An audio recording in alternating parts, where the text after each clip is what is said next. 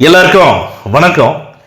இந்த பதிவில் எதை பற்றி பார்க்க போறோம் அப்படின்னு கேட்டீங்கன்னா, அதாவதுங்க திமுகல இருந்து திரு எம்ஜிஆர் அவர்கள் வெளியில் வந்ததுக்கு அப்புறமா அவர் அரசியல் கட்சி ஆரம்பிச்சு 1977 மிகப்பெரிய புரட்சியை ஏற்படுத்தி தான் தமிழ்நாட்டோட முதலமைச்சர் ஆனாங்க.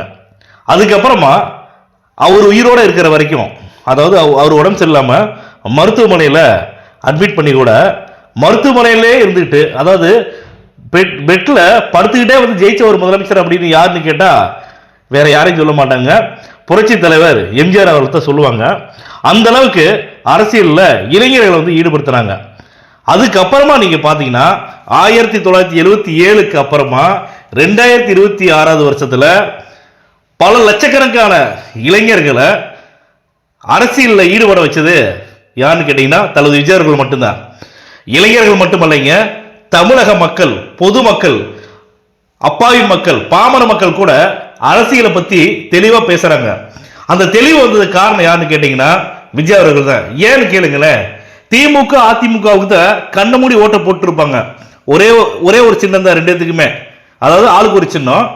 இரட்டை இலைனா எம்ஜிஆர், உதயசூரியனா கருணாநிதி, இப்படிதான் ஓட்டு போட்டு இருந்தாங்க.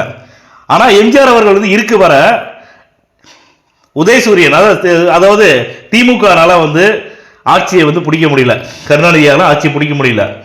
இதுக்கப்புறமா 2021 இவங்களுடைய சகாப்தெல்லாம் முடிஞ்சதுக்கு அப்புறமா 2021 2011 அப்புறமா பாத்தீங்கன்னா 2021 வரைக்கும் திமுக எதிர்கட்சியா கூட வர முடியல 2011.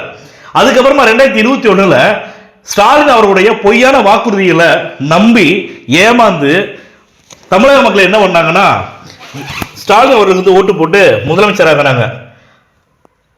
அரசியல் வரலாற்றிலேயே 2021 வருஷத்துல தமிழக மக்கள் ஓட்டு போட்டாங்கல்ல, அதுதான் மிகப்பெரிய ஏமாற்றமான வருஷமா அமைஞ்சிருச்சு.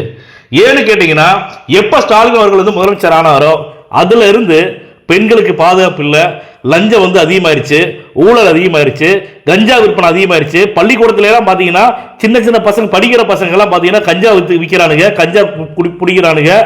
அதே மாதிரி தொழிலாளர்களுக்கு, அதாவது தூய்மை பணியாளர்கள் ஸ்ட்ரைக் பண்றாங்க, செவிலியர்கள் போராட்டம் பண்றாங்க, இடைநிலை ஆசிரியர்கள் போராட்டம் பண்றாங்க. இதே மாதிரி எக்கச்சக்கமா சொல்லிட்டே போலாம்.